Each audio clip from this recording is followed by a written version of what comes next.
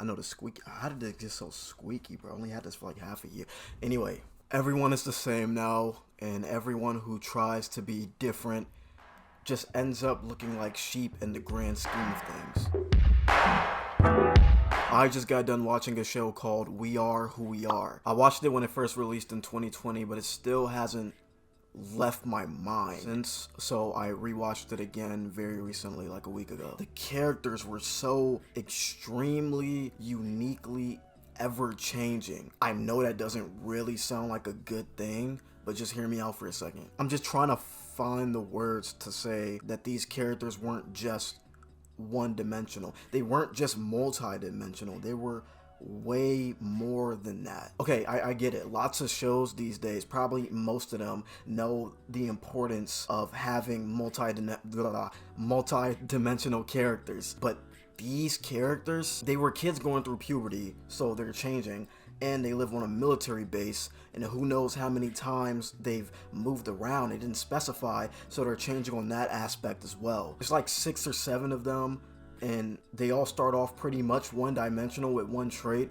Throughout the series, you see how they all kind of like suck shit in like sponges and just like embody things. Now, a lot of this stuff is kind of like out of nowhere, kind of like, you know, why the fuck is this nigga doing Allah Akbar shit right now?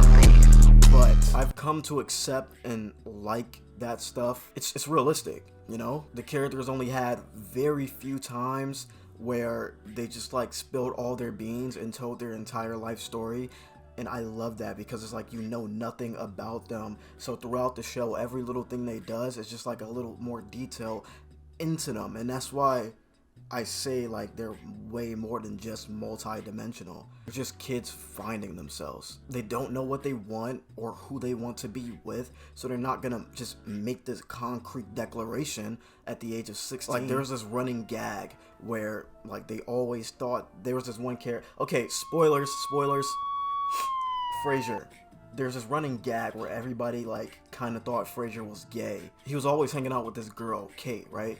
But the first time he saw her, she was hiding her identity and trying to like dress up as a dude, you know? She hid her very long hair, wearing super baggy clothes that hid her like womanly features, changed her name too to Harper. Throughout the show, she struggles with finding her identity and the way everyone sees her and her identity. The show is confusing if you're a dumbass like me, and on the surface it may seem like that these characters are just like hollow vessels for the sake of the plot, you know? But as I rewatched the show, I saw these characters as just kids who see something they like and puts a few eggs into that basket until they try it and realize it may or may not be for them. Frasier tells Kate that everyone loves her hair, and that's what makes her her. That's how people identify her.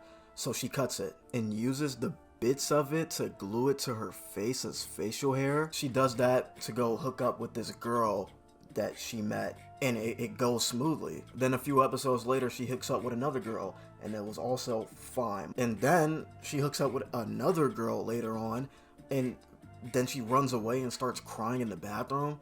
I forgot to mention that like literally in the beginning of the show, she broke up with her boyfriend, seemingly for Frasier. Now Frasier loves Kate and she loves him back, but no one really knows like what their relationship is. Not even them. They don't know what. Frasier's into this guy and he tells Kate and she's cool with it, like helping him out and shit. But then later on, he kissed some girl and then he went to tell her about it and she was like, "Don't ever do it again." Okay. And then Frasier's like, okay.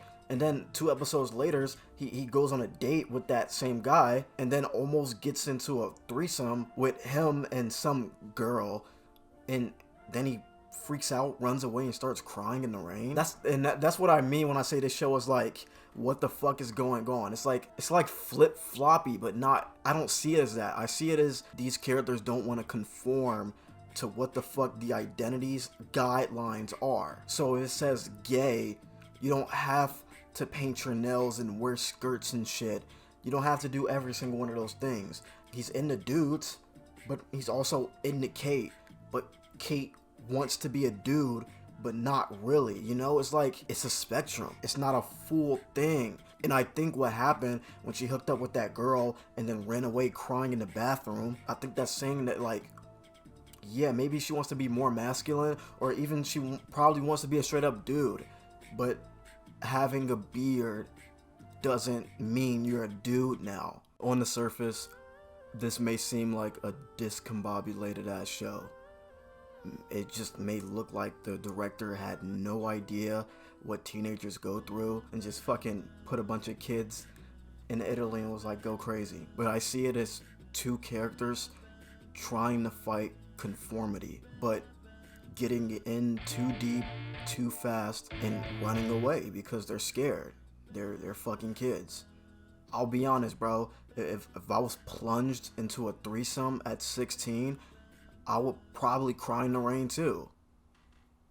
After the three, these kids did everything but listen to their parents and teachers and authority figures.